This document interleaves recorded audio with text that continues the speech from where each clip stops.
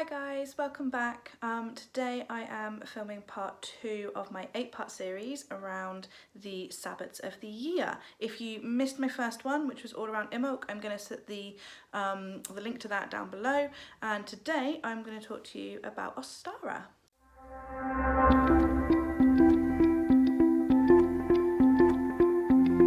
Okay, so I guess the first thing to explain is what Ostara is. Ostara is a celebration of the spring equinox. This falls directly in between winter solstice and summer solstice.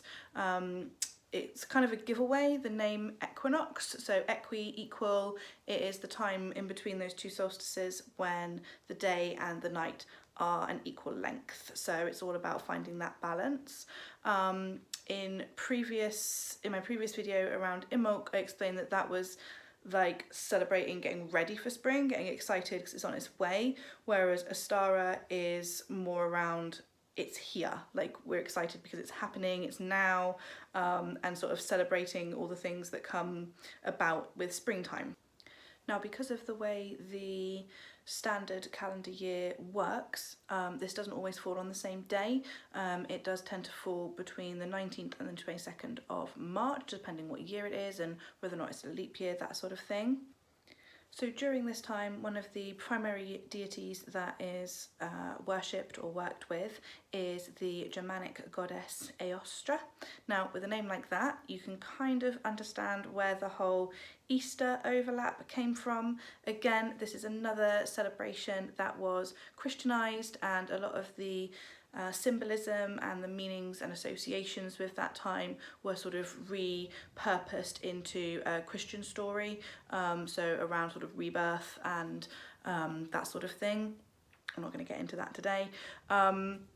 So Ēostre was, like I said, a Germanic goddess. Her name literally translates to sort of spring or dawn, depending who you listen to.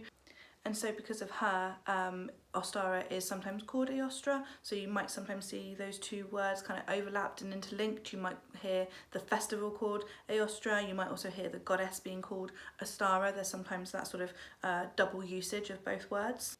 She is usually depicted as being, you know, really youthful and full of energy, and often, you know, the symbolism of, you know, sort of the eggs for fertility and sort of hares, any sort of springtime flowers, so daffodils, peonies, tulips, that sort of thing. So eggs being a symbol of Ostara is quite an obvious one, so they represent fertility and rebirth, and it's quite traditional for this time of year. Obviously we associate it with, you know, the Easter egg, so it's really traditional for this time of year to see sort of eggs because of their symbolism, and also hares, more so hares, but also like rabbits and bunnies, purely because this is seen as a really fertile time, and they are quite known for being very active in the, you know, reproducing activities, so, you know, it's sort of very much associated with this time of year. It's also believed to be good luck to see a hare or a rabbit or a bunny on Ostara, so depending which day you choose to celebrate it or which day it falls on, if you happen to see one in the wild that day, that's supposed to bring you good luck. While we're on the subject of hares, I did just want to do a little unpaid shout out to a friend of mine. Her name is Sally and she works for Salix Pyrography. I recently purchased a little trinket to have on my altar from her, which is this really gorgeous little burnt wooden hare that sits on like a little chunk of wood. And it's just absolutely beautiful, so I just wanted to share that with you. I will put a link for her Instagram and Facebook accounts down in the comments below, so that if you want one for your Ostara altar, you can purchase one from her. One really common misconception that I came across when I was sort of double checking some of my information around Ostara was that it is associated with the goddess Ishtar.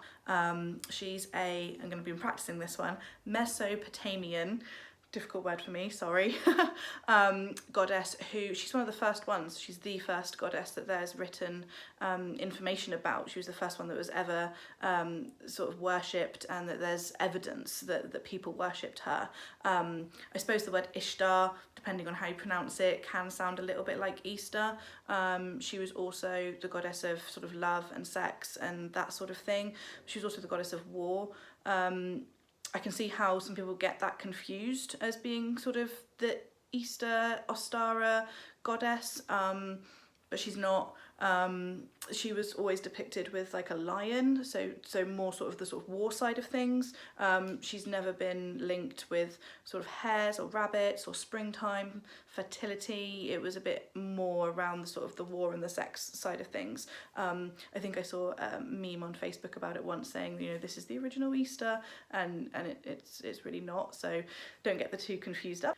So as far as activities on Ostara go, some of them overlap with most of the other Sabbats, so anything that's sort of returning back to nature. So go out in nature, obviously try and see yourself a hare or a rabbit, try and find the sort of springtime flowers and just reconnect with the cycle of the seasons. I think that's what these sorts of festivals are really sort of trying to remind us, and that's what's really important at this time. So anything that's, you know, involving nature and being out in it is going to be a good way of honouring the Sabbat.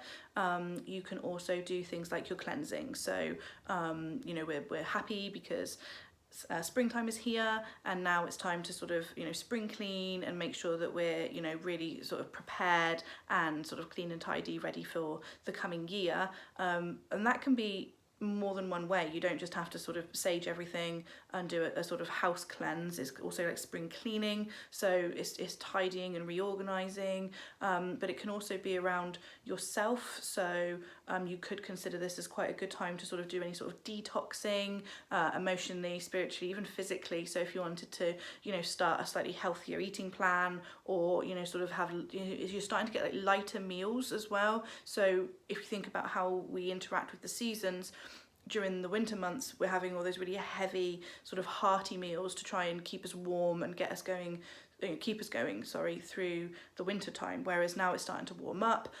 Different foods are available to us, it's starting to lighten up a little bit, starting to get warmer, so we don't need those really heavy meals anymore.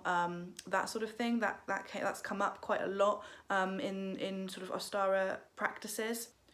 It's also a time for fertility, so if you're looking at this from a sort of natural place, you know, this is a really good time to start looking at your garden. You know, what are you going to be planting, you know, sow some seeds, get some stuff sort of organised and ready. Obviously, depending on what you're planning on, you might not be ready to put them in yet, but you can sort of start planning all of that. And also fertility, as far as, you know, human fertility, is seen as a good time to be, you know, reproducing and recreating, and that can also be overlapped with any spell work that you might have around that sort of thing, around your love life. And I think I've mentioned before that I'm sometimes a little bit cautious around sort of love and sex spells and things like that, just because I think there's a lot of grey area, and, you know, we also have to take human you know, free will into consideration.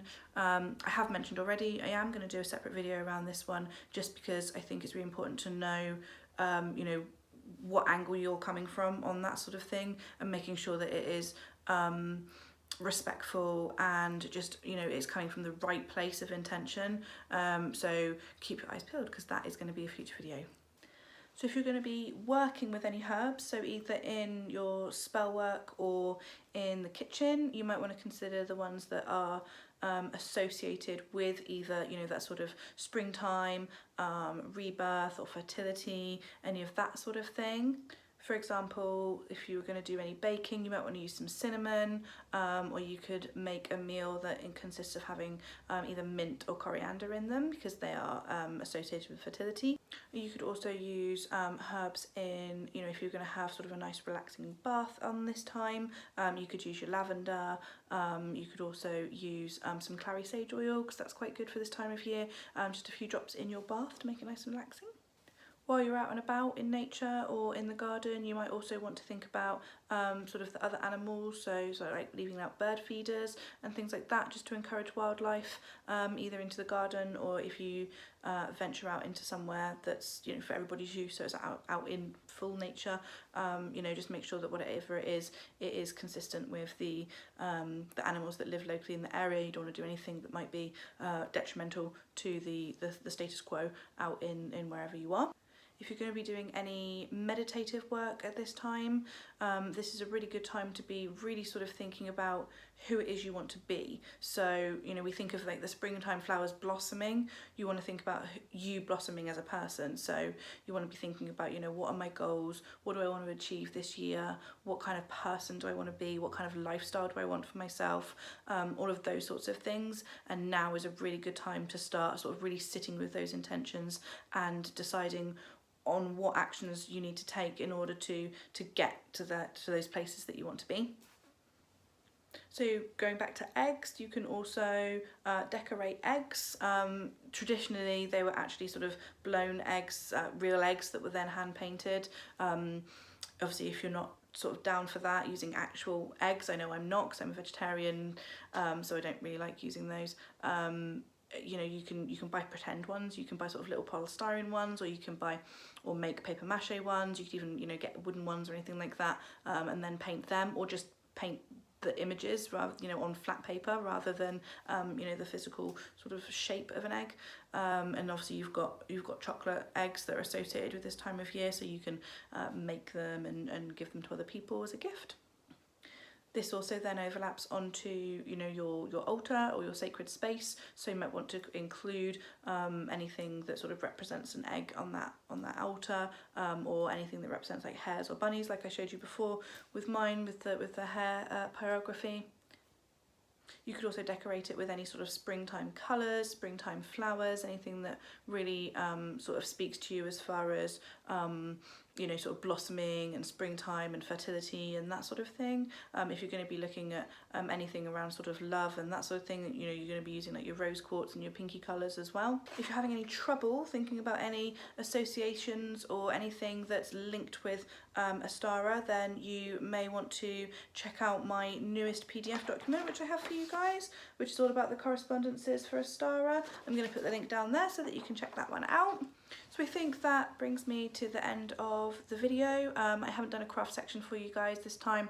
I've been really busy and just haven't got around to making anything myself sort of this in the last couple of weeks. But I really hope that you guys have a fantastic Ostara. If you guys have any questions or anything that you would like me to elaborate on that I've spoken about in this video, then please do drop a comment in the comments section. And obviously this is only part 2 of what will be an 8-part series, so if you want to hear more about the other Sabbats that are coming up, then please do hit the subscribe button so that you don't miss them. Thanks guys, take care, bye.